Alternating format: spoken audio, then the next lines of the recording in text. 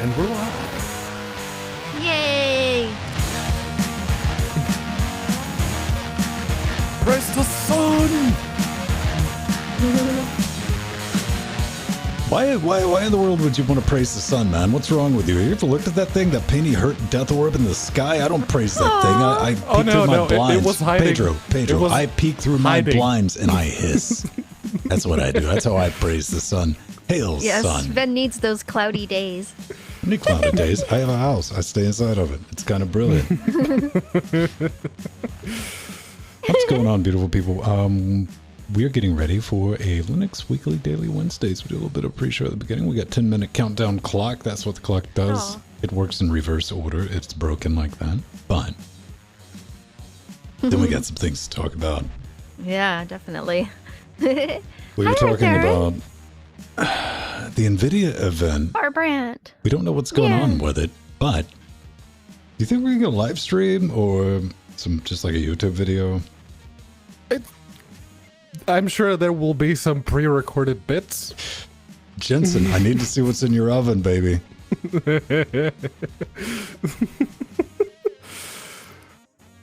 But yeah, no, it's probably going to be like much more up close and personal than the previous ones because they can now. Because they're not doing it in person. They don't need to have a audience of like 100, 200, 300 journalists just chomping at the bits. Yeah. So yeah, it's going to be a lot more up close and personal. So honestly, I just care about the graphics cards. You know what, NVIDIA? You've done it. You've done it in the kitchen. Let's get Jensen in the shower. Just pull back the curtain. You know, he's got a 3090 sudden up. Of course, didn't see you there. Yeah, hi. Leather jacket on. It's fine. It's impervious.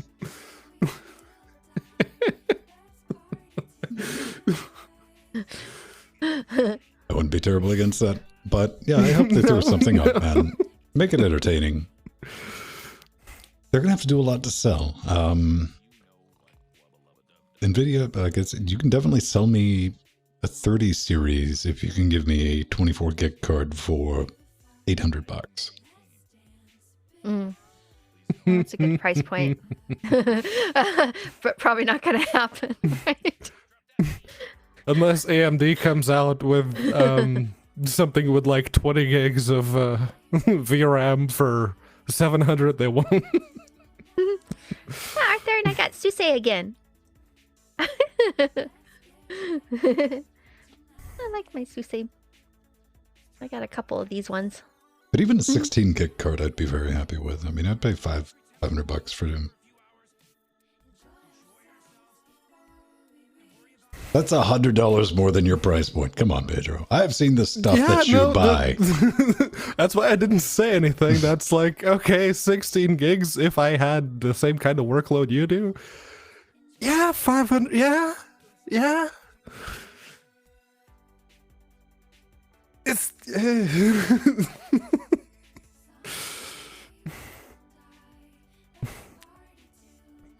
10,000 watt power supply. Yeah. What is it? 48 gigabyte Quadro doesn't require too much power. It'll be interesting because I want to see what's going on with the new not power supply, but the power plug, the 12-pin connector. Oh, yeah. That I think is going to be kind of interesting. We'll have to see, though. If they make that 12-pin connector like the 6+6, leaving just the 2 extra grounds hanging out,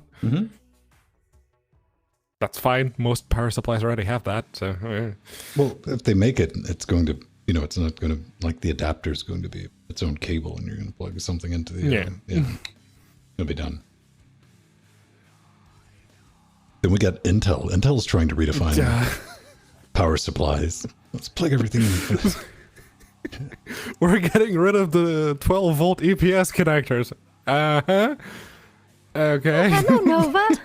The efficiency Hello, is Inertia. impressive, but I don't like the idea of plugging my SATA power directly from motherboard. A lot of the old Cody the Dragon Root. and even Yay!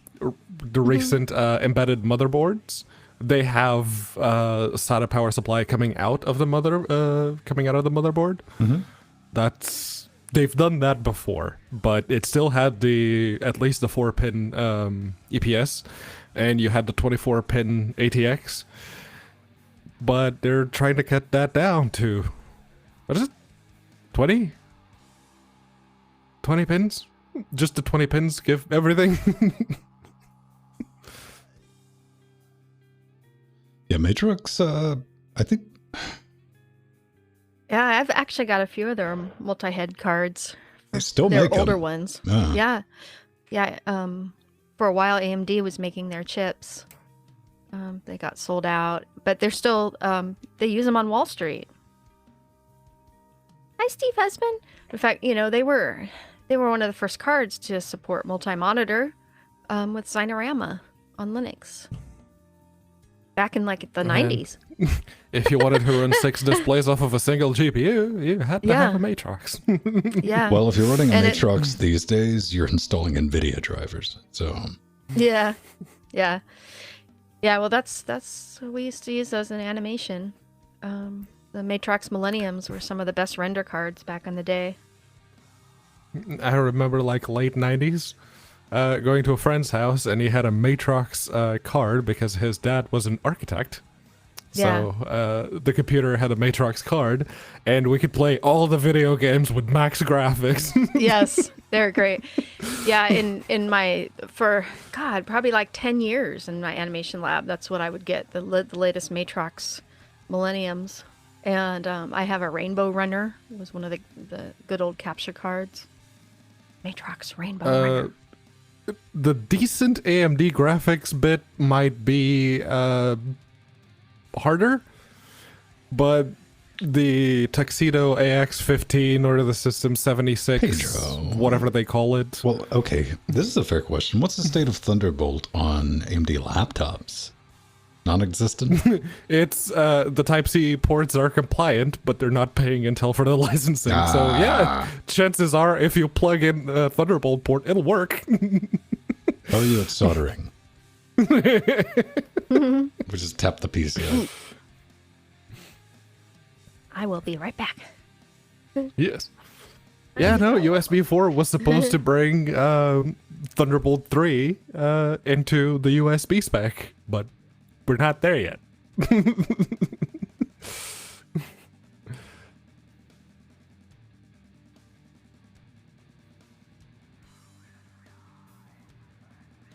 I saw this show up on Amazon last night.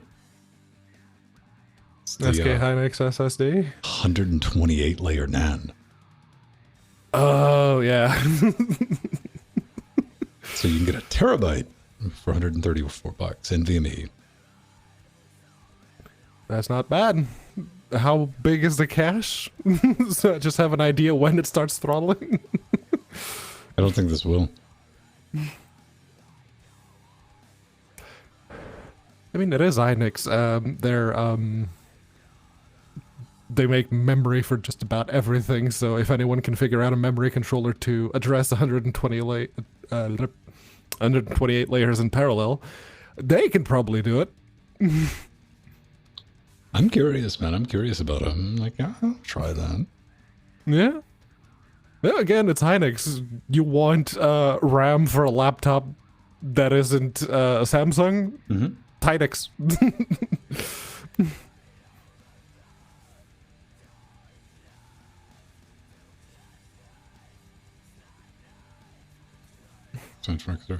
USB 3.2 Gen 2. Yeah. I think the name says it all there, Inertia. Oh, man. That USB-C was such a brilliant thing that you can't possibly cock that up. Industry, hold my sake. Watch this.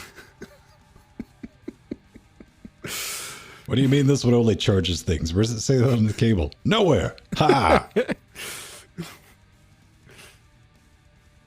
Man. I mean, when it comes to my memory controllers, I just want them to do what they say to do on the tin.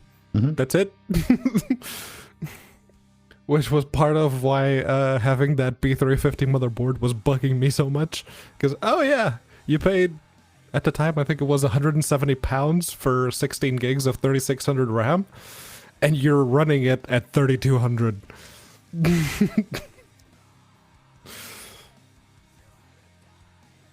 Oh, that's no joke, man, with the USB-C.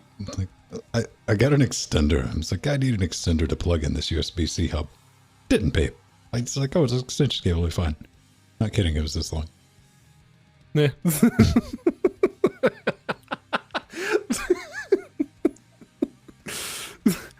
So, yeah, that's like, if you're going to maintain max speed, cut this long. So about that time, I slid the USB-C hub over.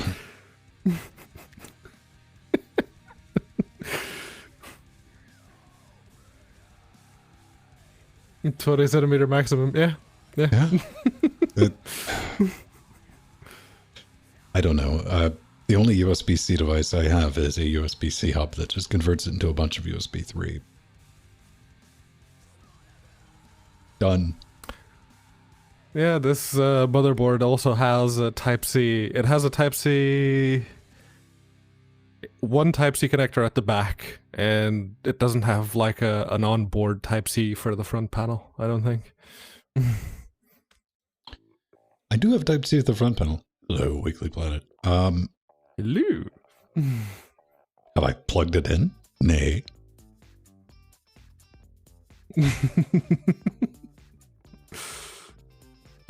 I plugged in the USB 3 ports on the front panel just because they're I plugged in the easily USB accessible. 3. I just... Yeah. Those are populated with the wireless world of dongles these days for the keyboard and the mouse. And all actually, that. the receiver on the mouse is on the Amazon Basics USB 3 hub. Good hub, by the way. Yeah. Did you get the standy tall one? Or No, it's the lying down flat one. okay. And Kingston is owned by Micron.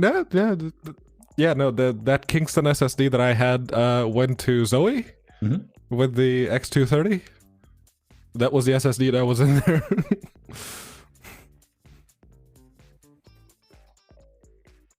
I'm fine. I don't know. Let's just all go back to Firewire.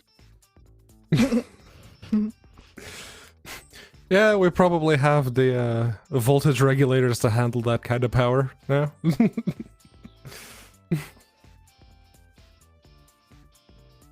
Steve.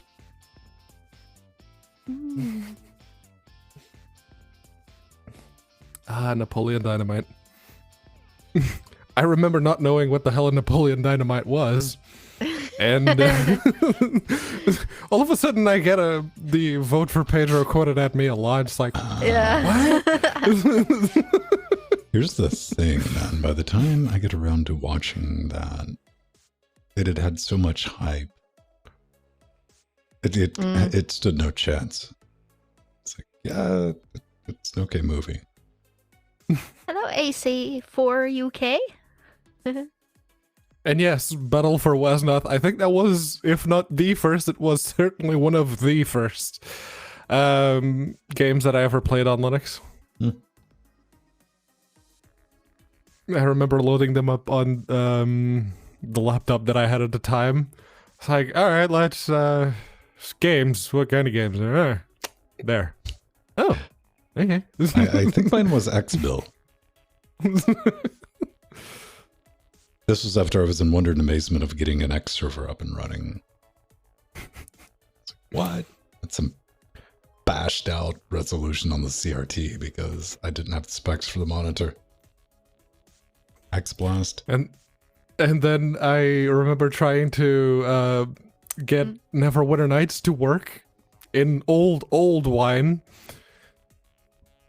and it not working. And then I was Googling for it. It's like, oh, there's a native Linux version?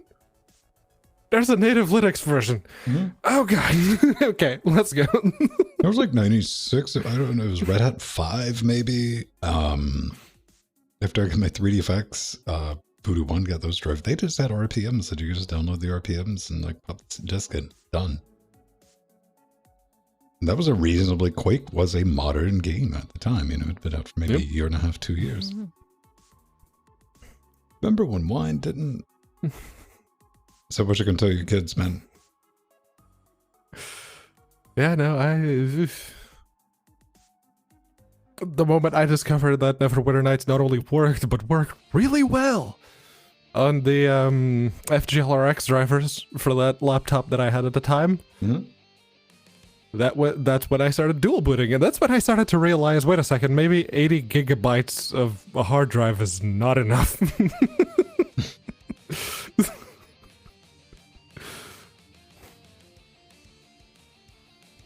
Oh, man. All right, we're going to get on the ball here. We got 2 minutes. I'm going to grab a refill. Okay. I'm still good. You're still good. Yeah. I've been pacing myself with the beer, right? I don't need to be sloshed by the end of the Wednesday show. You're never going to achieve life goals if you don't set them, Pedro.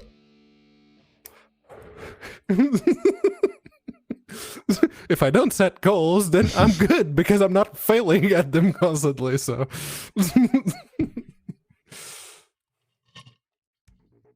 Neo dodge a bullet on that one. All right, I'll be right back. Then we will do a show.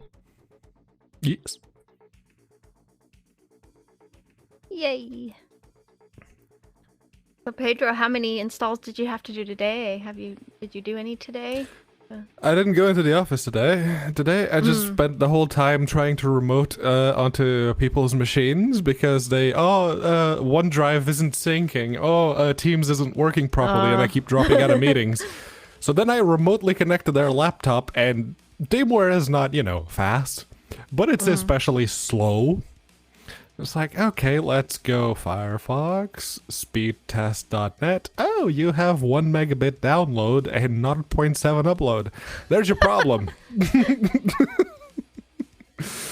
I'm surprised you've been able to work up to this point. I'm sorry. Yeah. Oh, man. Yes, the general public is actually now understanding more that what they're missing with upload.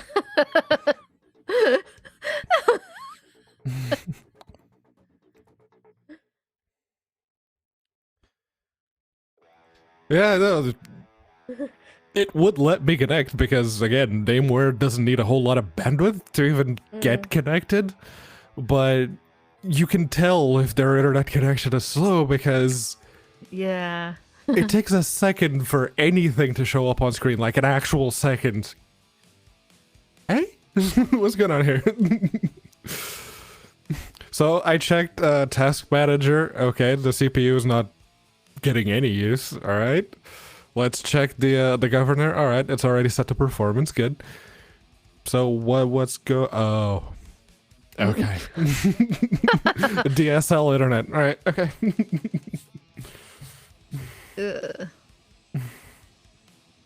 I know those feels. That's the internet I had when I first moved to this country because 17 pounds a month. Yes, please.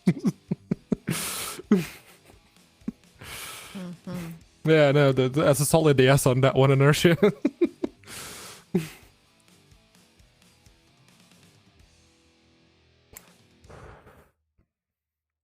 But yeah, no, tomorrow I'll be going into the office. There's going to be lots of work. At least 14 laptops. Wow. Assuming that no more got logged after 3 p.m. when I shut down all the work stuff today.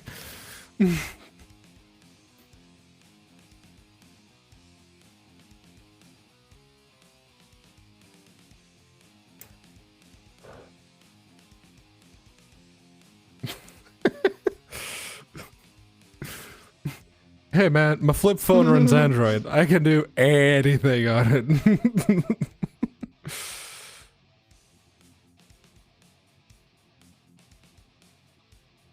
it. Yes, emergency SSH.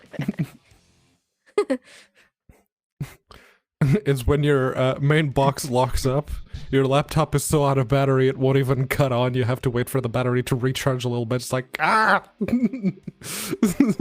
That's a fun one. Pedro, have you ever heard of a game called Roll the Galaxy or Roll for the Galaxy? No. All right. I might forward you. They were like, hey, here's some keys. Or a key. I just read the header of the email. The developers want us to take a look at their. I think it's a board game. I think I read board game in there. I mean, if it is roll something, yeah, it's probably involved. Sounds like it. I don't know. Sometimes we just get blasted. Like everyone gets a copy. Yeah, I've been getting a lot of offers for keys. It's like, oh, would you like to have a look at this game and this game and this game? It's like, where's the Linux version? There isn't one planned. Well, listen, man, here's the thing. Just because your email address ends with linuxgamecast.com, I was thinking maybe we could work something out where I didn't release the game on Linux and something happened. I don't know, man. It's like the Underbands gnomes, right? Yeah. Hi, Testman. Head Up Games, I think, are the most guilty ones of that. It's like, thank you for offering me all those keys, but there's no Linux, brah. I still feel kind of bad. Artifacts Monday. I was like, hey, we'll just give you a key to everything we make. We're like, we're good. Yeah. You're still making the same game. It's still the same game. I mean, stick with what you know. I understand, but like for review purposes, no. One thing I asked nice having you in live again. It's been a while. I asked their PR person on Twitter, is like, yo, do you guys want to do like here's a bundle on Steam that has all of our games? Because I'm dating someone who very much likes those games, so I could just give her that. She'd probably get through them in a week. Yeah, I actually like them myself. I know Nori does too. My only issue with that is if I can't figure something out immediately, I just go into click grid. Click all the things. Yeah. There it is. All right, next. I was talking some smack though last night because I beat the first Ori game. Like, yeah. Very good, Ben. You get that accomplishment, and you're like, "Old man did a thing." But I still need to finish, get the actual true ending on Hollow Knight, because when I got to the Hollow Knight last time, I didn't have all of the bits. Well, I mean, it's Hollow Knight too, because I finished the original Ori. It took me about 8 hours. I was thinking about recording it because it gets to the point where you live, die, repeat, and you're effectively speed running it to get out of some of these areas. Like you have to like nail it. And I was like, man, this looks fancy. If you didn't know that I did this 90 times. But that's a good game. I recommend. Unlike Hollow Knight, I got like 56 hours in, and I'm not done with that game. They keep releasing new stuff for it before I could. After you defeat like the 3 main bosses that you have to beat, you can go and tangle with the Hollow Knight. That's the point where I'm at. That's where I stopped playing because it's like, oh, I don't have the rest of the things, do I? Okay, all right.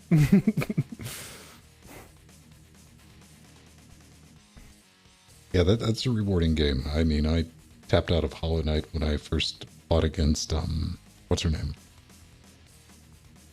The protagonist from Silk Song, the new one. Yes, the protagonist from the Expend Alone game, the new one.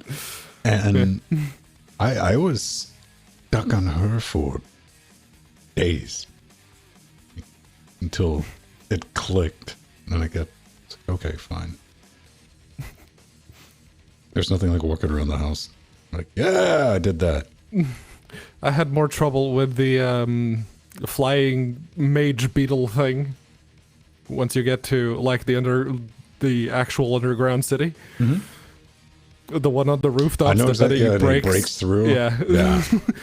And at that point, I was like, I beat it. I was like, yes! On the first try, I was like, yeah, got through it on the first. Oh. Never mind.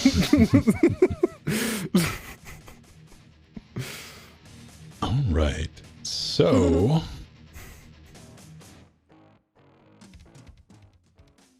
Pull that down. And credits are done. So I need that. Pull it. Wait. There we go. And let's record.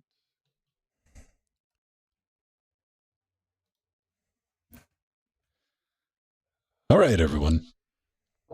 Okay. Let's see if we can do it in 15 minutes.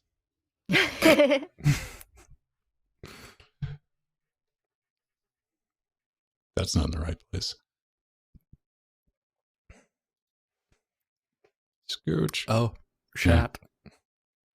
Yeah, it moved it up for Wolfenstein. Is it going to be in all the right spots? Yeah. Yeah. Hey. Future Vin. Edit.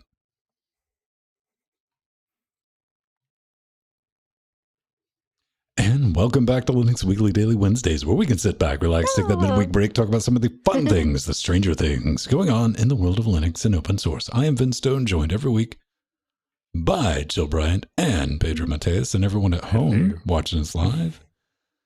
Hi. It's been a busy one, man. A lot of stuff has happened. Hello, Jill. So I had a great time on Destination Linux on Sunday with Ryan and Michael, and I filled in as a guest host for Noah Chelia, and that we just had a great time. And I showed off one of my unique retro computers in my collection, and the VOD will be out soon, so make sure to watch that. And I also showed off another new little computer I got on eBay, which I'm going to show off here probably next week. So, Jill, what have you been up to? I didn't get to finish the sentence.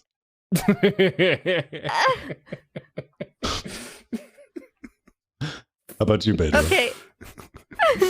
No, it's work has been busy, and I know for a fact that the next couple of weeks are going to be even busier because one of the other two people who also does like the laptop stuff and sending out laptops for not just the east of England, which is our region, but the whole of the Midlands and London is going to be off for a while. So I think I'm going to book a week off after he comes back. Just a few little laptops, man. It's not that big a deal. Yeah, no. If it was like 15 laptops a week, that'd be good. Mm-hmm. But sometimes we send out 21 laptops a day. So no. Oh. It's a little too much.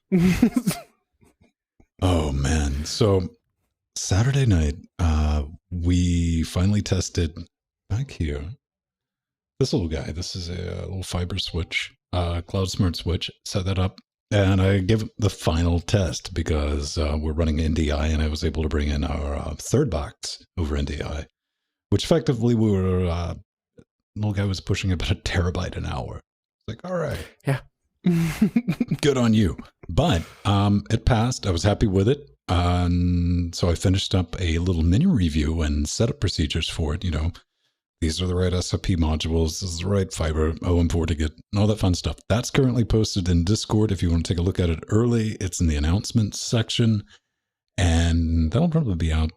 I got to finish up some last little bits, probably Friday, no later than next Monday or this upcoming Monday. And Pedro and I, if they do anything at NVIDIA, we were talking about it Saturday. I'm like, God, it's going to be on the 31st. We got some time. We don't know what they're going to do, but if they have like some pseudo live event, you know, we've already been in Jensen's kitchen. We were saying maybe we can go to like Jensen's shower and pull back the curtain that he's got his leather jacket on, like scrubbing down with the 3090, and we get some deets on that. We can play around with it and kind of do a live stream. But if they don't, we won't. It'll be brilliant. I mean, that new cooler that the 3090 supposedly is going to have does look a little bit like a loofah. So No, he could blow dry his hair. Be like, hey, I didn't see you there. It would be interesting. So you might wonder why Joe's blinking. Yeah, Jill's got two keyboards just connected down there for some reason. I wonder why. I don't know, man. It may or Why do may you not think that have is? something to do with me having one of those keyboards as well. Okay. Yeah, no. So like I one bought of these, the right? cheapo. Yeah. Okay. Of course, on AliExpress they're about half the price. So pro tip.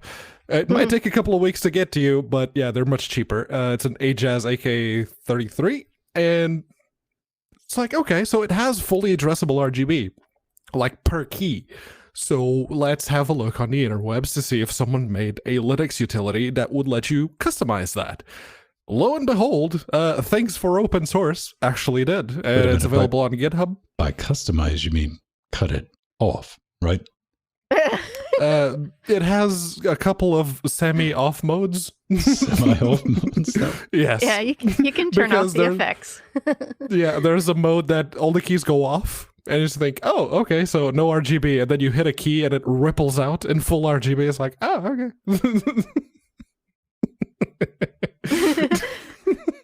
Yeah, they're beautiful keyboards.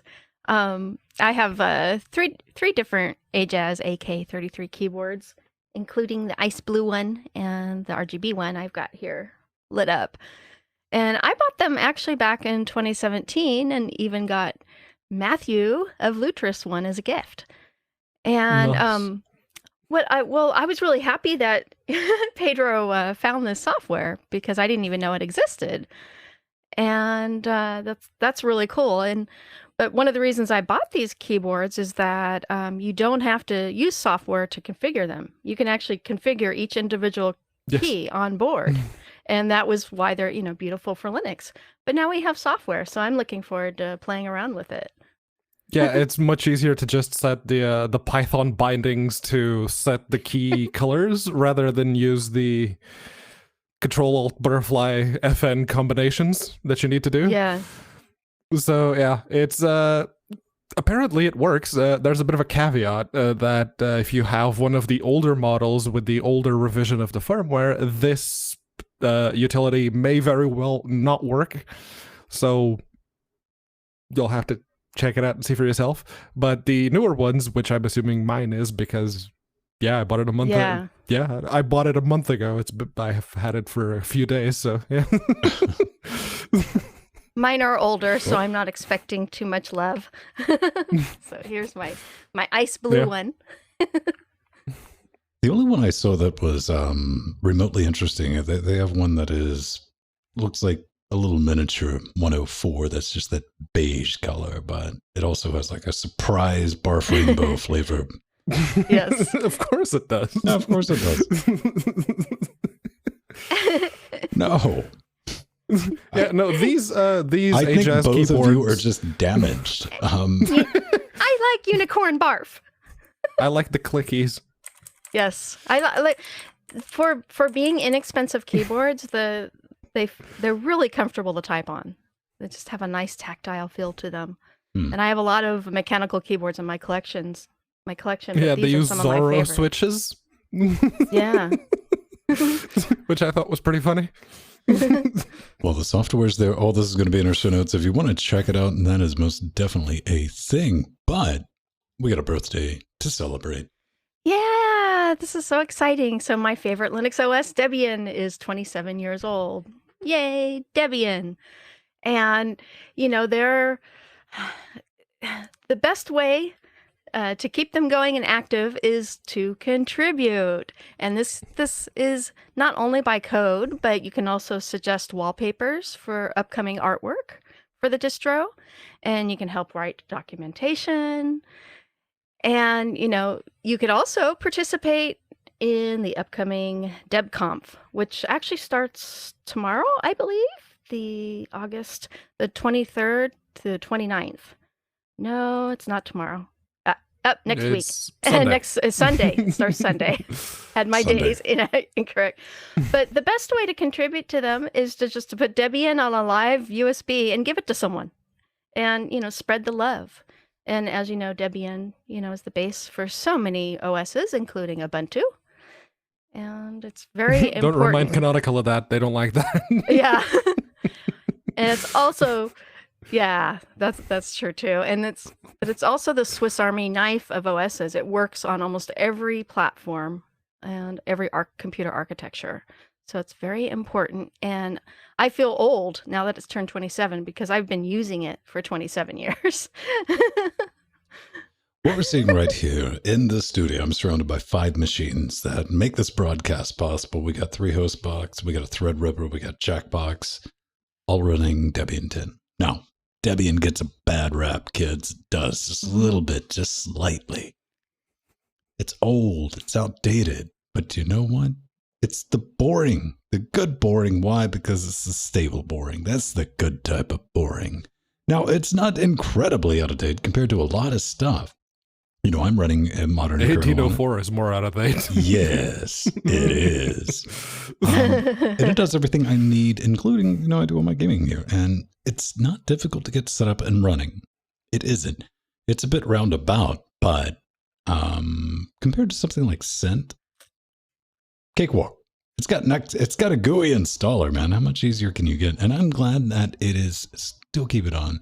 I'm looking forward to Debian 11 and all the fun, exciting things that are going to come with that. Not really. And connecting to a WPA protected Wi-Fi network with the current Debian installer actually works.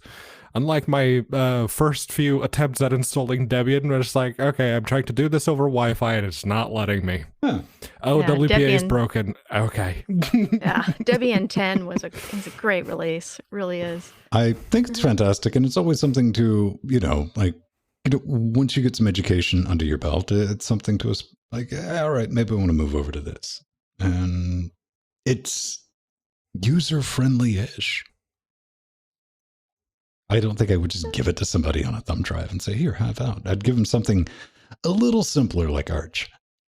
Here you go. It doesn't have a GUI.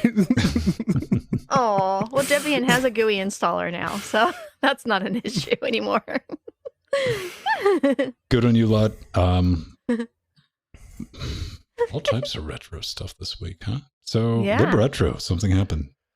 Yeah. Lib Retro got very much spearfished. A malicious actor got a hold of enough information about one of their most esteemed contributors and basically got them to give him access, and then he pushed out an empty commit to all of the Gits and everywhere else, so everything was wiped.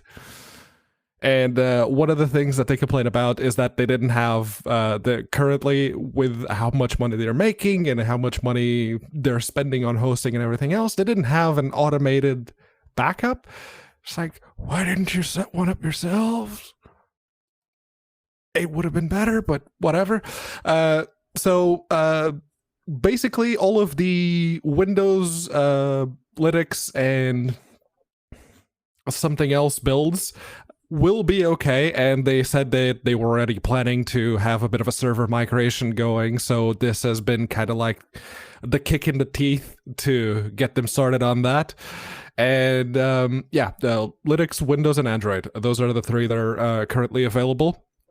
You can download those. None of the builds or the source code, as far as they can tell, have been compromised. It was just someone out to do some damage without trying to target the community. It was very specifically targeted at them, or so they believe. And yeah, I'm inclined to agree with them. But the moment that someone or a group of someone's targets you like this with this much information, that's a real crappy situation to be in. It is. That's one of the terrible things about I make it a point never to say come at me, because you can be got no matter how many boxies you're hiding behind. It is unfortunate, but I will speak from personal experiences. losing everything or having something compromised is a very painful but good first step in having some type of disaster recovery set up. Yes. Yeah. You know, it's a hard way to learn it, but at least the system will be in place right now, right? Yeah, Yeah, I hope definitely. they learn from this one. Yeah, make 3 backups of everything. And, LibRetro could use your support on Patreon, and so they can have the money to make their backups and do data migration. So they really need some help in that area with finances. Go check it out. So, Cool. we talked about five. Oh, and thanks to Artherin for submitting that bit of story. Awesome, Artherin, we love you. Mozilla had some layoffs. Yeah, this Last was week. really depressing. Yeah. So after Mozilla laid off 250 people, or a quarter of its workforce last week, we have some good news, which is really nice. Google is actually expected to extend their search deal with Mozilla for another 3 years in November, when they are scheduled to reveal their 2019 financials. This is really a great thing. This is going to happen for an estimated cost of $400 to $450 million. And this should help keep Mozilla and Firefox afloat, at least for a while. And, Google has been one of their main sources of income for a lot of years, because it's been the default search engine for Firefox. So this will maintain it in that space. So we won't get I guess a Yahoo or DuckDuckGo default on Firefox. I wouldn't mind DuckDuckGo, to be honest, but yeah, from Mozilla's position, it's very hard to refuse that kind of money, especially when your finances aren't doing terribly well. Yeah. I think that's kind of one of the important things. We always, we didn't address layoffs last week, but this is the good news. So let's focus on that. That deal has been renewed, and it basically boils down to Google has been the Mozilla Corporation's lifeline for quite some time. It's their main source of revenue, and that's the thing, man. Big fan of Firefox. Slightly lesser fan of the Mozilla Corporation, but for me, that kind of boils down to spending every time I think about, because, they have offices in London, Paris, Toronto, Mountain View, San Francisco, and Portland. That's not all. Yeah, those Mountain View and San Francisco offices alone would save them a lot of money. Paris and London. London as well, yes. Yes. I don't know, man. It's like spending, but, that's kind of the good news. Okay, we're going to refocus on try to get back to hopefully like their core stuff, because they've had a lot of side projects like Firefox OS. Part of me is like, well, we need an alternative to Android, but I don't know if it's like viable to actually see that happen. I don't know, man. And honestly, their VPN isn't terrible. It isn't terrible. Like I see Moz VPN now. Good. See, this is where you got to navigate it, because yes, they need additional revenue streams, right? Because you don't want to be sitting there at like, please Google, renew that contract, and yeah, no one wants to be in that position. But like the VPN stuff, I think VPN's kind of baked at this point. It's a bit of a commodity. There's so many companies out there doing it. Maybe they can make it work. Maybe they can bring some like super secret news sauce to it. I'd be happy to see that. I don't know, man. What do we think about, like, what if Firefox was split off the same way Thunderbird was? Yeah, I think that would be a good way to go. I don't know if they could do that. Fine. How about actually split it off in more of a way than Thunderbird was? Because Thunderbird is still very much under the wing of Mozilla. They are financially outside of the corporation, the way it's structured. They just rely on the Mozilla Corporation for legal counsel effectively at this point. Okay, all right, okay. Yeah. But yeah, no, at that point, I think that would be better, mostly because Mozilla as a company have had some questionable decisions in the past, like that ARG that was totally not spam, you guys, that they're hoping people forget. I haven't. I don't know, man. it's very important. The fight for the web's real.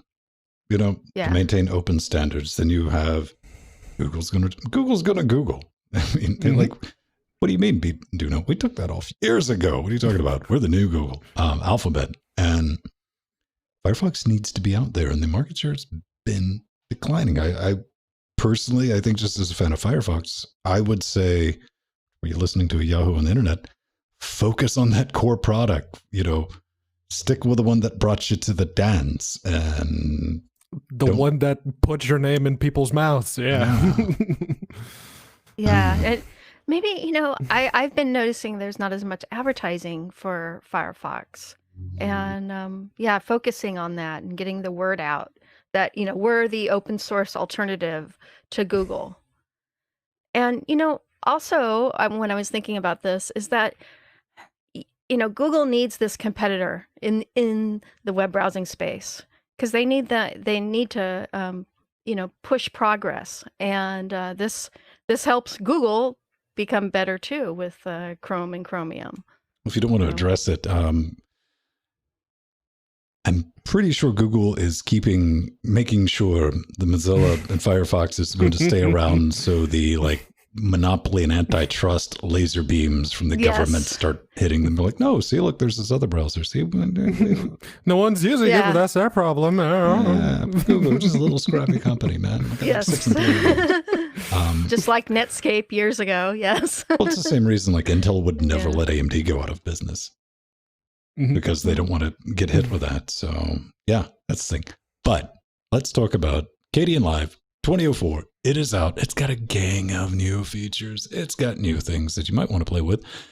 And I did. Here's the big note. I definitely want to be very aware of this to anyone listening. Projects created with this are not backwards compatible. So back that up before you bring it in, man. There are definitely a couple of new interface layouts. There's support for multiple audio streams. This is great because the video that we're recording right now has 5 audio streams attached to it. Very happy to see that. Better zoom for keyframes in the clip monitor. It managed to pick up the news segment with what we're doing LGC Weekly. I dropped that in the timeline. It's like, you don't have enough audio channels. Would you like me to add them? Yes, Kdenlive, do that. And it did. Now, it took a minute to figure that out, but it got there in the end. I was just using the app image. I still want the ability to drag and select in the timeline. I just can't live without that anymore. Just being able to highlight and move stuff around. I'm spoiled. But to give you some idea, I'm recording with DNX HD.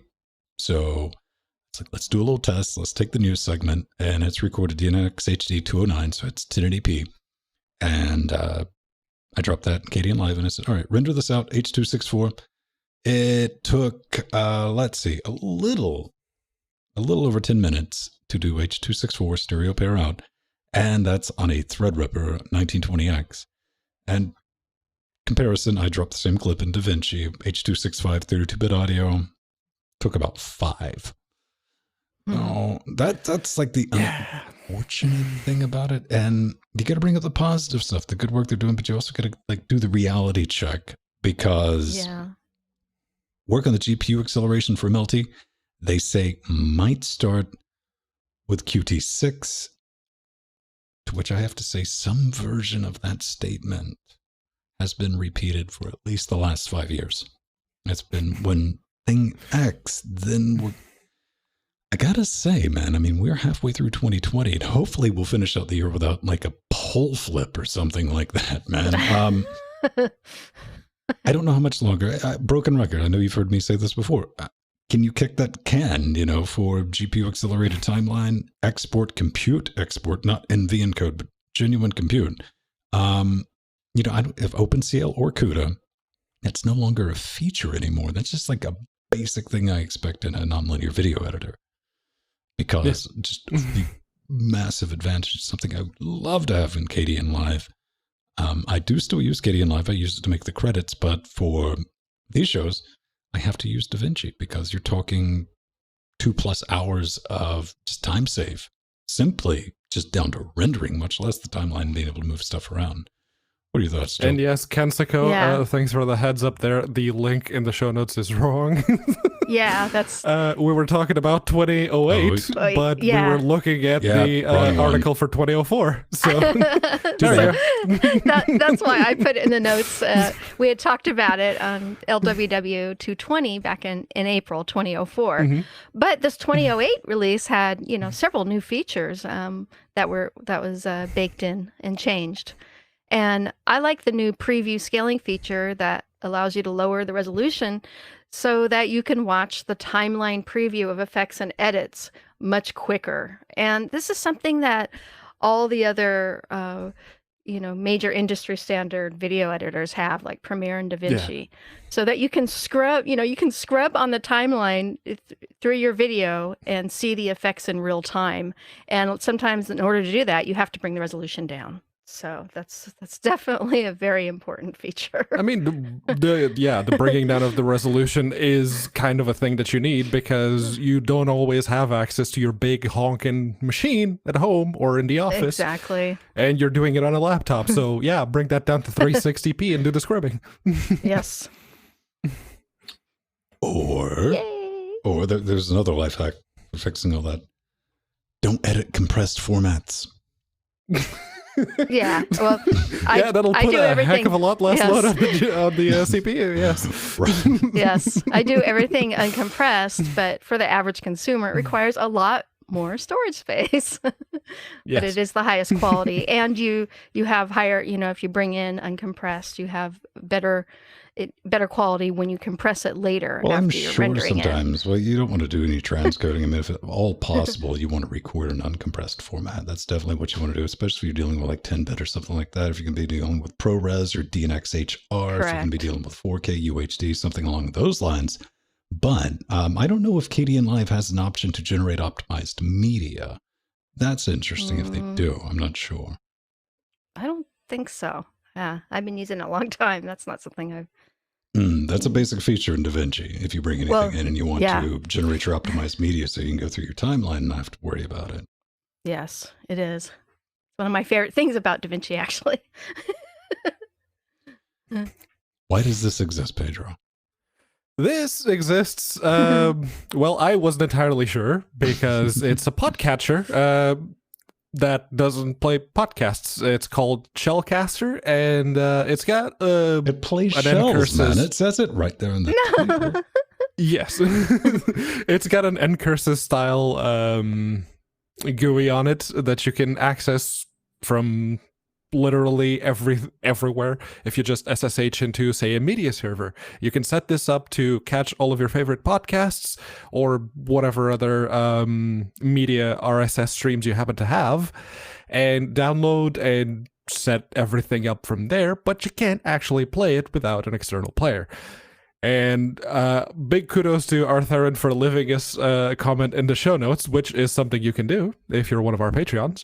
It's like, since it's headless, I can see the potential use with HTPC. It's like, yes, you have something that's catching all the podcasts, and then you just fire up a thin client HTPC, and you point the media player at wherever the podcasts are being hosted. Oh, okay. No, that makes sense. You just have everything in a headless box in a server in an NAS somewhere, and then you point your HTPC to play the podcasts. Yeah, got it. Okay. Yeah, I was really happy that it imports OPML file import from other podcast clients. This is something you think would be standard among all the podcasting apps, but it isn't. So it's nice to see one that's CLI based that does that. And, it looks a lot nicer and is much more sophisticated looking and easier to use than the classic CLI client Bash Potter that I used years ago. That was just basically a script that you ran. And but it worked. It worked really, really well. So, but this is a much nicer app. So, what's a podcast? Us.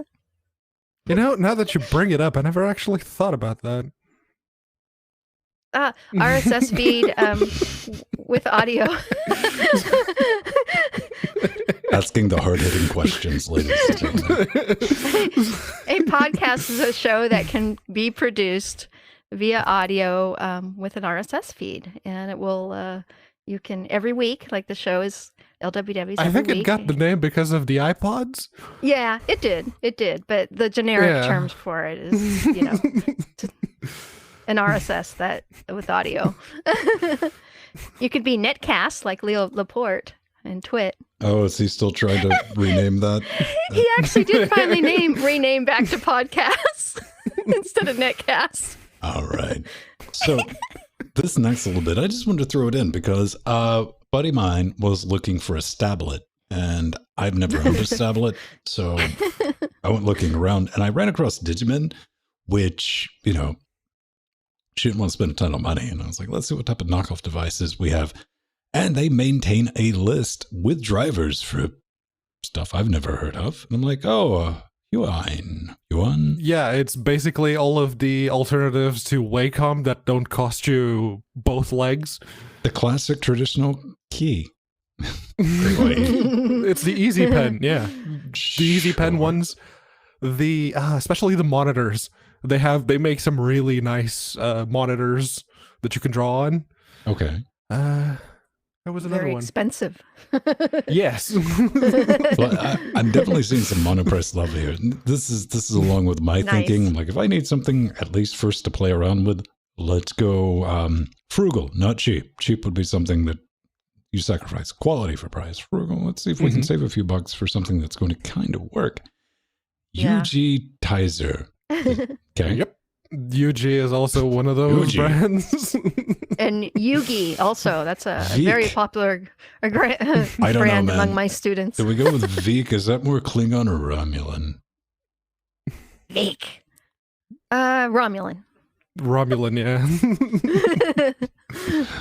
Oh man, ViewSonic World. This is just all there. That's why I just want to throw that in. If you've been thinking about buying a stablet and you want to play around with it, they exist. And Pedro, you were like, it's never been. Oh, they're still updating it, but no, because I went to the downloads on account of I live with someone who has a drawing tablet, so it's like, okay, let plug it in. It's like, oh, the last stable release was in 2018.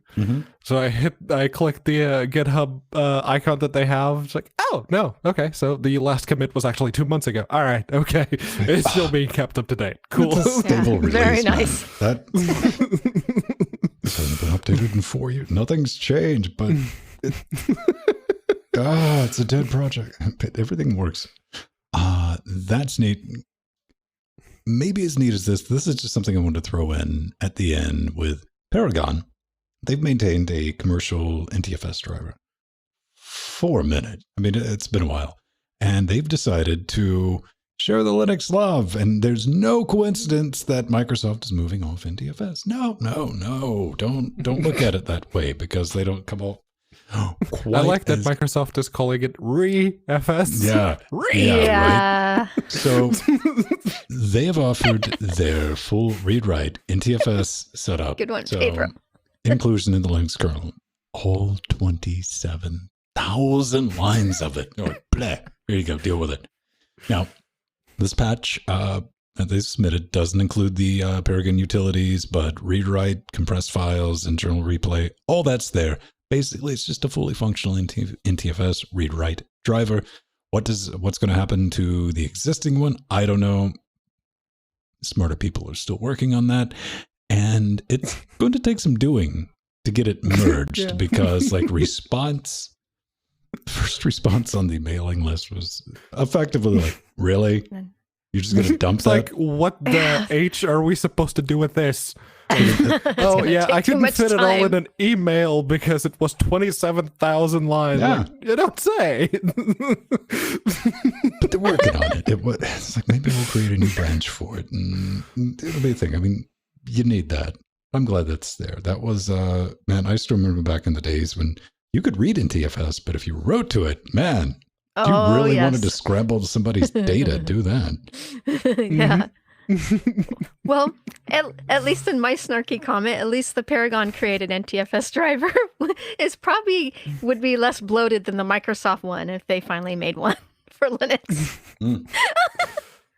Yeah, I don't think Microsoft is going to be opening the NTFS anytime soon. Like at all.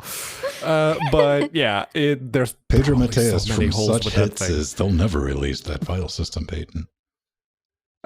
No, I said that I didn't trust them until they did. And then they did. But no, NTFS, seeing that it's still very much in use and there's still a lot of people holding on to Windows 7, it's like, you hold on there, buddy. But yeah, if they released that, Right. everyone would see all of the holes, and I'm sure that there's tons of them because the amount of hit and miss BSery that I have to do at work to get NTFS to play ball sometimes. Yeah.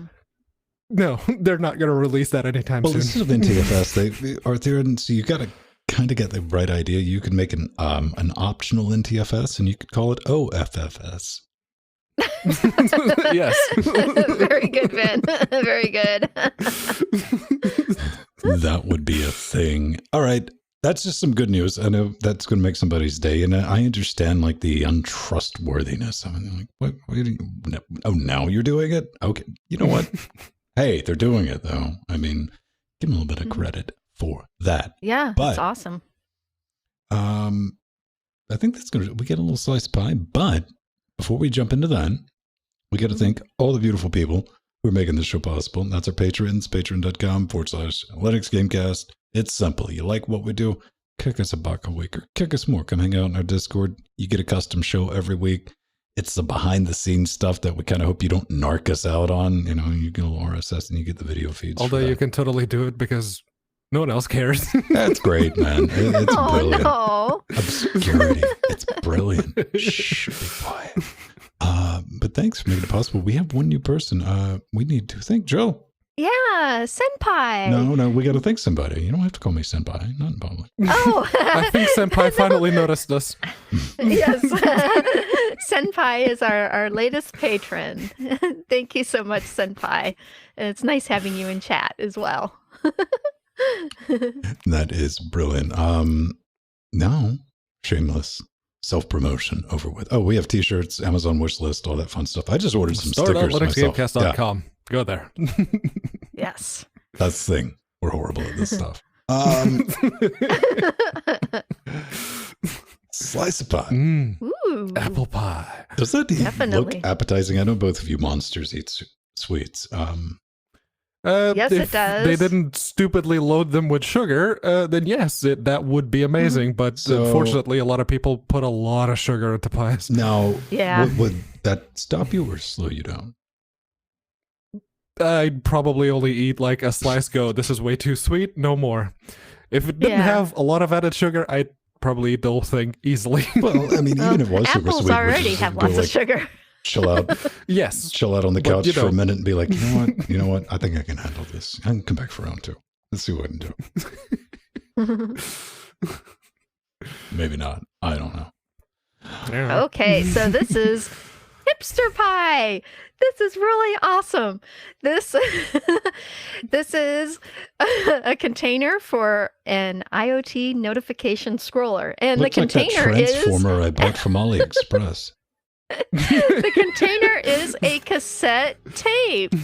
And it's got a little LED notification scroller on it, and you can hook it up to if this then that and have notifications on it like from Twitter or Discord. That's what I would use it for.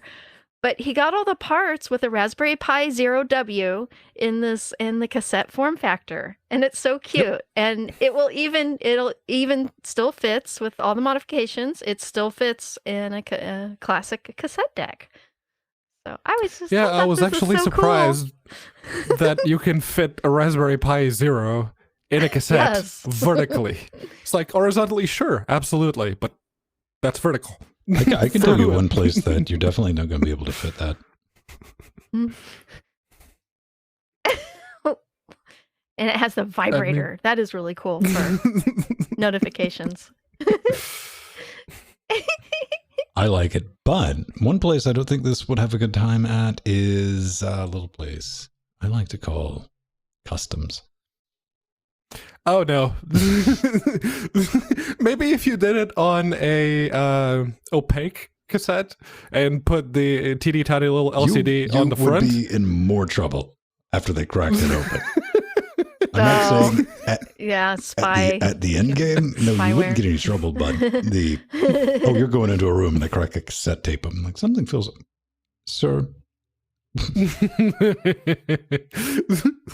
You might as well make it make ticking noises, man.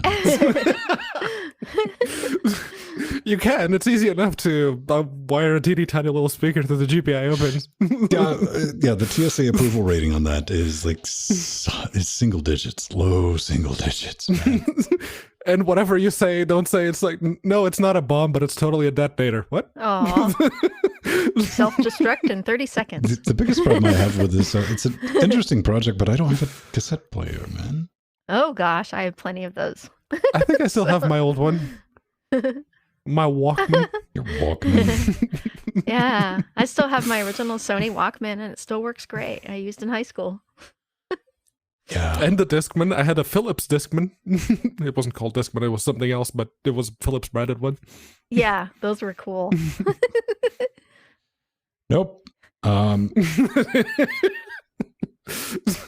don't even have a CD player in this house, man. Come on. Oh, well, you have probably a CD-ROM somewhere in one of your computers, or you're in your collection. Collection, Jill? Yeah. DVD rewriter. See, I can make an exception, A, because that thing's nauseatingly blue. B, is that's clearly the emergency, like, where's this thing? Oh, yeah. That is, okay, there's something on a CD or a DVD and we need to get it out. All right. Oh, man. No, I do think, I have some pre-mades. These have drives, but that's the first thing I do with them. Unplug this drive. I do have, we went on a search. Well, I went on a search. It's like, do I have a DVD drive in this house? And I found one of my Sun Ultra 5s. Oh, yeah. Had a DVD. Didn't come with it. That was the thing. That was I shoved that in there because I couldn't find a CD drive. And that was the thing. All right. Maybe you want to tell us about your drives, your digits. Maybe you have something that's more nauseatingly blue than Pedro's drive. How could they do that? Good luck. But please do. If you do have one of them, take a picture and go to contact the contact page on linuxgamecast.com. That's a long URL, I was going to say man. contact.linuxgamecast.com. It's like, that probably doesn't redirect right. No. But yeah, contact page on linuxgamecast.com and fill out the form. Make sure you pick LWDW from the show box. And yeah, send us your pictures of really turbo neon colored external DVD drives or external floppy disk drives. Why not? Sure, why not? We'll make it a thing. All right. We will see you next week. But let's roll some credits before we get out. Maybe. Bye, everyone. I gotta find Yes. Gotta thank our patrons. them. Here it comes. Choo-choo. Wrong ones. Slightly off. Well, that's okay, because the LGC weekly ones run a little slower. It's not the LGC weekly ones. Oh, there we go. Okay.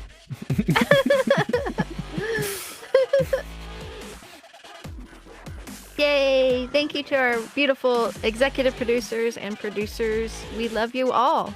And our latest and one, everyone Senpai. out there sharing the show, just seriously, we do really badly with self-promotion, so if you like us and I'm blaming you'd that like on to you, share the Kdenlive, because I had to update my template, and I finally made it to 1080p instead of 720. Yay. The template's so old we were doing the show in 720p. Yeah. Thanks, Brad. Thanks, everybody. Yeah. Bye-bye. Love you, everyone.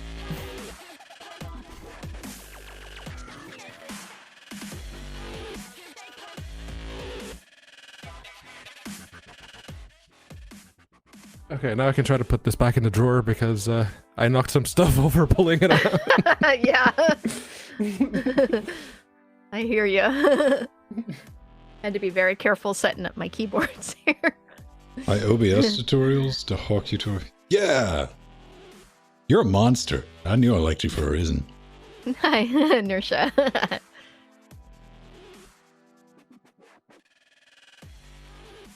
I'm going to be doing an updated, I got to do two things. I'm going to show everybody how to set up a podcast with an interface to do proper mix minus with Adore, with just like a basic 2-channel interface. And then we're going to walk into that, some more of the advanced stuff with OBS. Finally, very nice. The pull request was committed. So in the next version of OBS, when you try to build it on Chrome OS, it's going to tell you to die in a fire.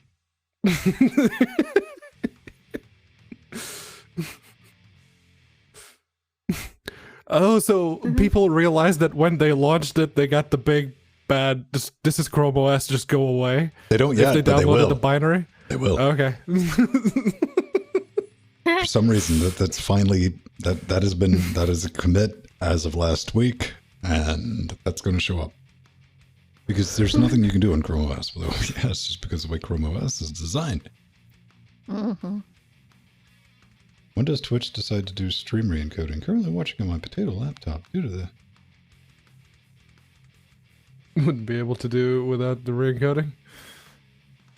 I'd focus more on the laptop that's struggling to do 1080p 60 in 2020.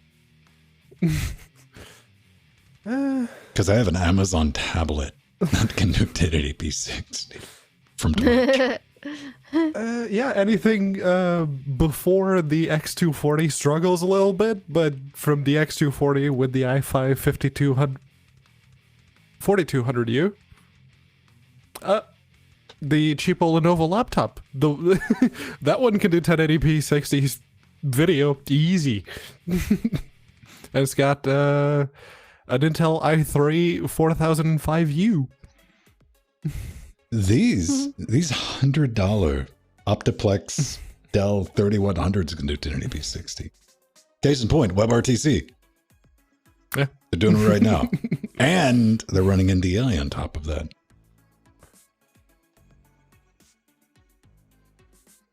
Yeah, Steve Husband, it was a shorter show today, which was kind of good because our last two were kind of long. So it was good to have a shorter show. We went through news pretty quickly. Yeah, we have to have a certain amount of people watching for Twitch to go, oh, okay, so let's give people the options. There we go. Mm-hmm. Yeah. That's nice also. Mm-hmm. I mean, you can, and see that Twitch is offering down to, oh, it is right now? Yeah, that's what people were saying. Yeah, those people being Scott, but... Well, Alan was... And Alan, and yes. Mir. I mean, we did have 21 people watching? I don't know. People watch this? Peak concurrent? Go figure. 1080p 60, 720p 60, 480, 360, and 160. Meta.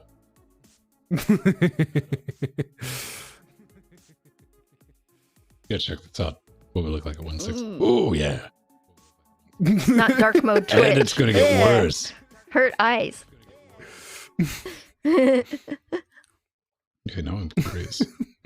The Infinity Hallway. Oh, you can read it. Okay, you can read text-ish. That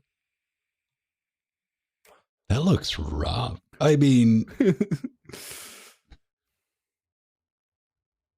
I'm not going to say it's serviceable, but I mean, how much of that is... Like, I'm thinking like real player. Like that was watchable back in the day, but then again, you know, 800 by 600 in a little window inside of an 800, you know, like a 320 by... Yeah, it was like 320 by 240 in an 800 by 600 monitor.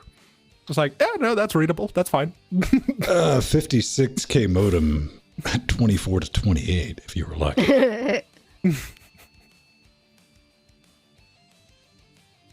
I remember when we got the first funny, cable Chessman. modem, 128 kilobits. Mm-hmm. Like, guaranteed 128 kilobits. Like, yes!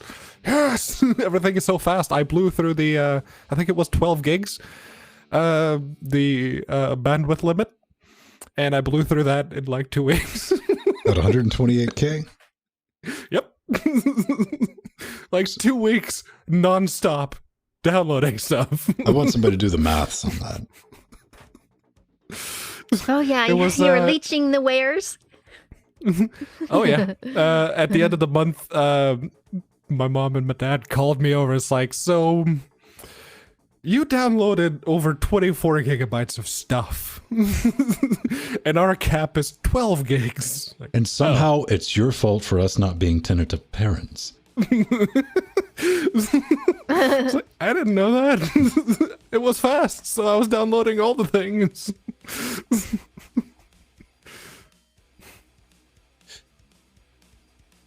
Yeah, 56K, we had dual ISDN for a minute when I was growing up. That was next level. That was from mom's work. I didn't get to play with that.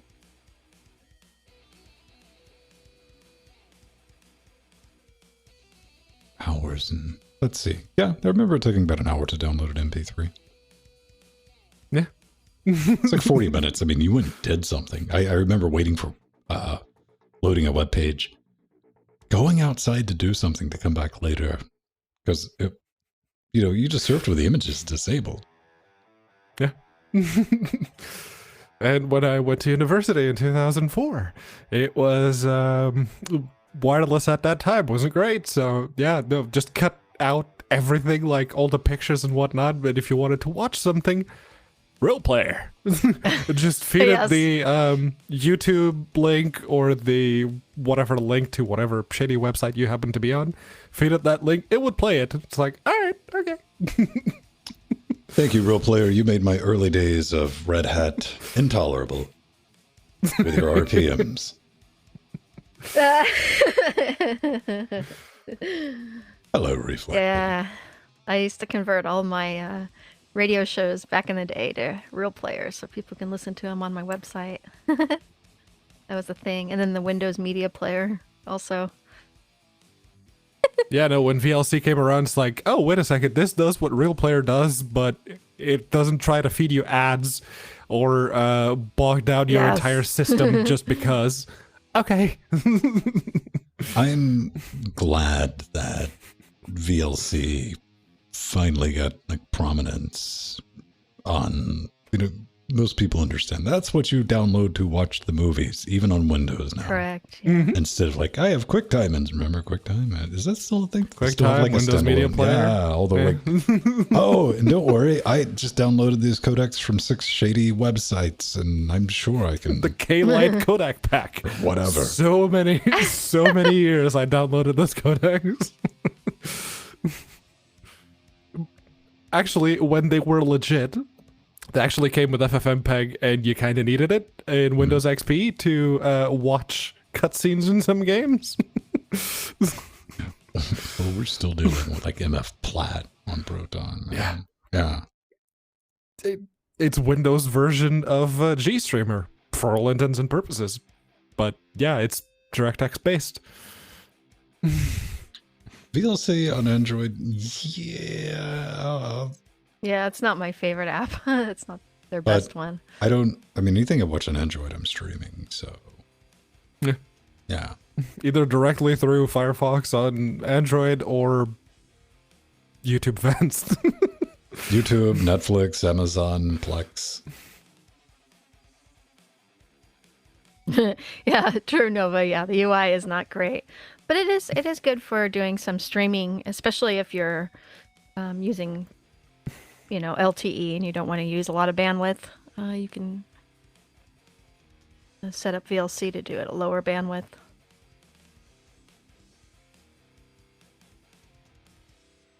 Well, Mir, that's why you need to buy an iDevice.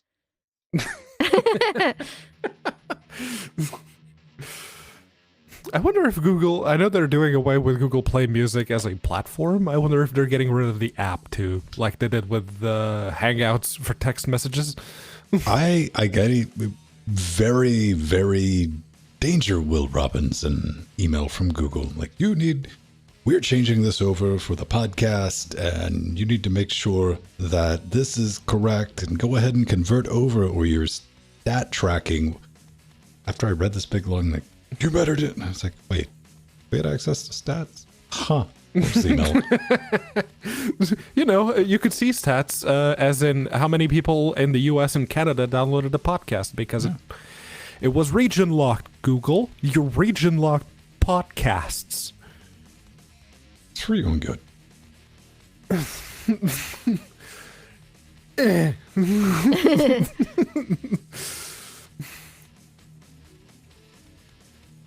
Take a look at that email. It's Gone Burgers. Yeah. Yeah. That means Yeah, no, Google good product. riddance. Like Google Play Music as a platform, seriously, good riddance. Steam review key. iOS Android key available on request. Roll for the Galaxy. Launching August 25th. Could be an option for next week if it does have a Linux thing. Roll for the Galaxy. Yeah, not if I got any say in it. Steam. Nope, Windows 7 or higher. Really? Really? Those are the system requirements. Because these people... Okay, hang on. This was sent directly to our show address, Pedro. Now, if you're new, you're wondering, well, what's the big deal? So in order to send something to our show email address, they have to go to a little site called linuxgamecast.com. And hit the button. No, there's no button. They have to... there's no button. Look, it's even an image, Pedro. Yeah. It's an image. They have to type it out. You have to type it out. linuxgamecast.com. I didn't do that for spam bots. I just did that as like an extra layer of Linux. You know. So you had to type the word Linux, and your game doesn't have Linux. It is not automated. And here we are. Here we are. They will, in fact, always So true, build inertia. a better idiot. Oh, God. Hi, Kensika. Kensika Kensico. PC? Cog. Kensicog PC. When you two are done having strokes, Kensico. I said the name during the show because that was the person who pointed out that we were talking about 2008 looking at the 2004 page. see, normally Pedro is the one who gets it as making a joke and rolls with it. But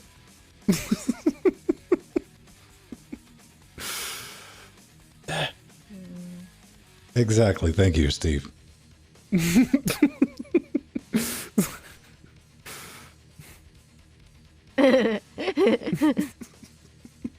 Additional superpowers, you know, on top of the ones you already have. Yeah.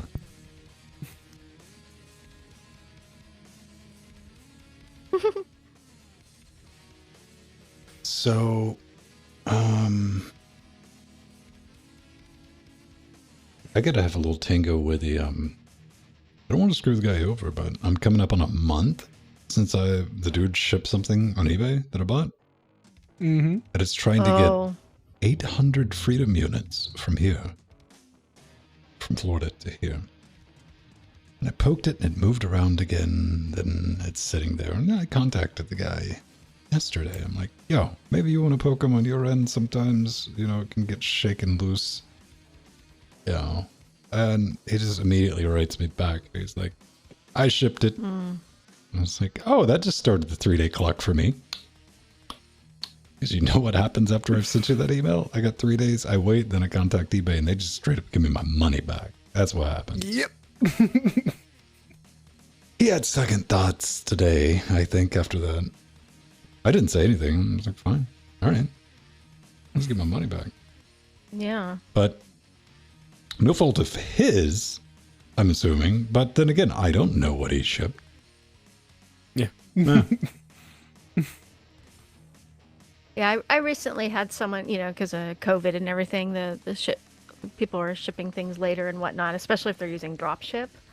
And I had one that just it never came. It never came because the drop ship it never worked, and they immediately refunded me. And then when they got another one in, they said, "Oh, Joe, we have another one. Would you like it?" I go, "Yes." And then I got it in a few days, so I was happy. That's a good seller, though. So. Yeah. I can't remember what it was that I bought. I think it was the first L9A Noctua CPU cooler. That was like £10 or something on eBay, and I ordered it, and a month went by, and I'm like, "Yo, where is it?" And it's like, I don't know. The courier hasn't returned it to me. I don't know where it is. I'll just give you the money back. Mm-hmm. All right, cool. It gave me the money back. About a week after that, I get the cooler. It's like, yo, I got the cooler. Do you want the $10 back? It's like, that's fine. Just keep them. All right. Yeah, that's nice. That is like one of those, like, see, this is a 3-digit item. Yeah. A. B, I don't need 2 of them. Yeah. So check out, I just noticed this with like media sources, and this is not available unless you want to go play the home game with OBS. But Pedro, look above the audio mixer for like video controls. Look at that. Oh. Yeah. So you can yeah. So if you highlight over a source, that line changes. So if you highlight like a video that you have loaded up, you get your controls right there in the OBS interface. Oh, very nice. Okay.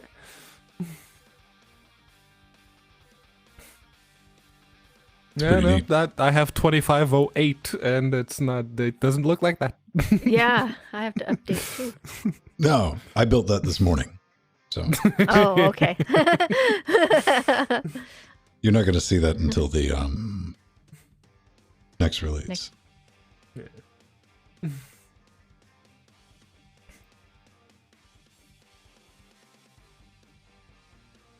Vappy. Yeah, Alan, true VAPI. story. Yeah, you can enable. The Well, you can already Mesa enable it. version of VDPAU. I think that's if you compile it, because there's no nightlies for Firefox on Linux. No, but there is you can go to about config and enable it, and I saw the post about it. In the current version of Firefox. Yeah. I think I remember seeing something about that, but yeah. Yeah, it was actually on Reddit that I read about it, and other people were confirming it, that it works. Widget Wayland DMA buff via API. If that's the one, it's currently set to false by default. Oh yeah, that's right. Yeah, it was only on Wayland. Okay, on yeah, Wayland. all right. That's what that's what it was. So only on Wayland. So. You know, surprisingly enough, all of the Proton games, they don't care if you're running on Wayland. They just go, "Oh look, I'm using Steam's SDL too. There you go. Here's a window." Oh, then you're still gonna. Well, that's just gonna be on YouTube. It depends on what they're delivering. I know with YouTube, because they're slowly rolling everything out. Like even the acceleration on YouTube won't work with that unless it's AV1. Hmm.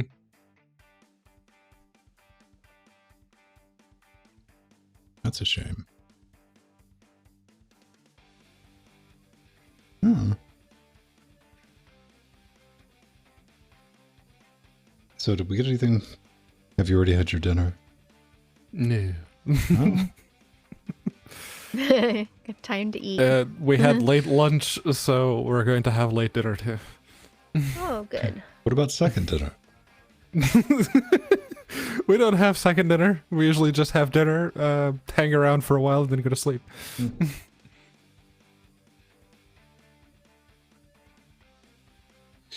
What's for takeout tonight, Jill? Oh, it'll be something healthy. Maybe tender greens. That would be good. Yeah, Steve husband. What would you like? Maybe. Yeah, maybe tender greens or Helping you out, Oh, Steve. Tesco's. Yeah. I'd say Tesco's Whole had a Foods, sale. They had a sale on today with veggie shiitake grill. mushrooms. Mm-hmm. And shiitake mushrooms, Nice. if you stir fry them, they're really, really good. Well, you wouldn't leave them soaking in balsamic vinegar overnight. Not those. Yeah, you do. They would disappear. Those are minuscule. Veggie grill sounds good, boo. No. These are the Tesco ones. These are like the stalk is about yay big, and then yeah. Usually when Jordan's hungry.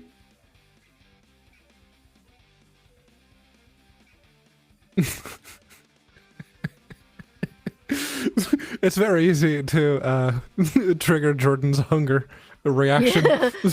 Yes. It's like, last time I ate was however many hours ago. I'm hungry. Gotta get into that eat once a day lifestyle. You know what, Turbo Mom? I'll give you that one. That was well deserved. You eat frozen food on top of takeout. Gee, how are you two still alive? Well, to Steve's husband's defense, they don't have their cafeteria anymore at work because there's only 20 people, whereas there were over 1,000 working in his building. And so the cafeteria is not open, and he doesn't have time to go sometimes to the local restaurants. So this I is like from I like PFJ. hearing this entire excuse at no point. It's like, well, I could have like made a lunch at home and taken it. Like, what? No, get out of here with that. I can go to the cafeteria, or I can go to a restaurant. I'm sorry you've been reduced to microwave. Damn No, noodles. there's some days he can still walk up and go to the local eateries, but sometimes he doesn't have time. And PF Chang's is good, actually. When I first moved to the UK, it's like, okay, I need to eat while I'm at work, and I don't have a lot of money. So while Dave and Nathan were going off to Tesco's and buying all the things, it's like, no, I'm making sandwiches. Making sandwiches at home, and taking a couple of sandwiches with some tomato and some like the cheapest possible chicken I could find. Base it in some egg and some flour, put that in the bread along with the tomato and the lettuce and whatnot. It's like, there's my lunch. Yeah. 2 fried chicken sandwiches. There we go. Now Pedro's like, yo, let's go ahead up Mickey D's. I'm buying. I'll pay if someone drives me there. I'll pay for their lunch. That's fine. I can afford that now. It's like, if you're spending the gas and you're taking me in your car, I'll buy. That's okay.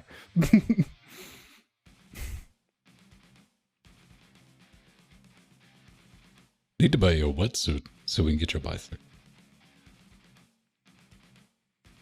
What was that, Vin? Get Pedro a wetsuit for Yeah. what? A bicycle. Oh. You're getting extra sweaty. No, so you won't get wet. So you won't get... Plus, it'll be Okay. adorable watching you try to pedal around with those big flippers on. Oh, with the flippers too. Yeah. Okay, not just the wetsuit. No, all right. no, you gotta do Yeah. it right, man. Snorkel, Snorkel, and everything. The goggles. All right. Or you could get him even better. You get him a dry suit, and then he won't get wet at all. Not even his sweat will make him wet. They actually work really well, but they're very expensive. They're much more expensive than wetsuits. It's 4:30, kids. Yeah. I gotta go do my thing. Okay. Turn this into something palatable for YouTube Yay. and podcatchers. It's still soon. There you go.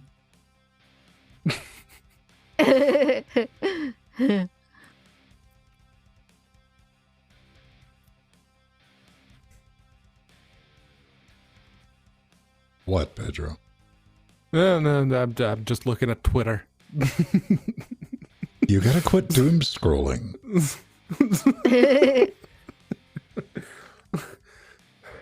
I don't know what. Oh, okay, I get it now. All right. Can't post that on Twitch, but yeah, I get it. Okay. You must have a more entertaining. Like all my Twitter stuff is just straight up news feeds, man. Like, give me. I have the activity thing that shows the likes that everyone I follow. Mm-hmm. So every now and then there's something funny there. There's a bit of that mixed with, oh, that's what you're into. All right. Yes. You learn a lot about people by what they like on Twitter. I don't care about people that much. Look like a menu?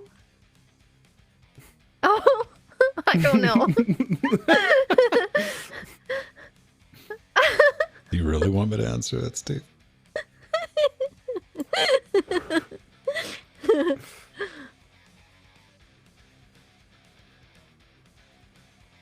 All right, beautiful people. Out of bounds. We'll be back tomorrow with Youngblood. Yeah. Team exercise, team building. We're doing that on Thursdays. Jordan and I are learning really how to cooperate while our collective teeth are very much grit. So wait about 45 minutes in. That's when the communication really breaks down. And that's entertaining. And we managed to come back together as a team towards the end, but that'll be a thing Friday. I don't know what I'm doing Friday. I might be going back to Black Mesa because that's just, I've been playing around with some other stuff. So we will see. All right. Stay safe. Bye. Love you, everyone. See you soon.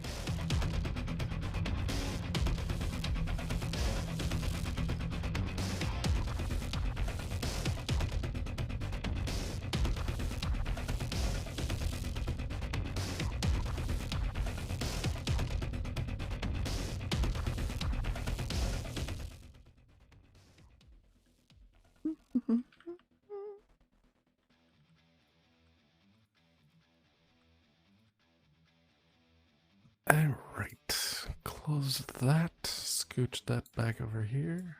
Bye, Scott. Oots. Aw.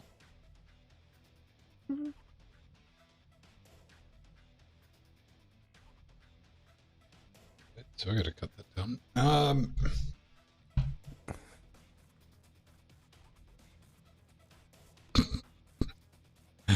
We're gonna kill Twitch in a minute.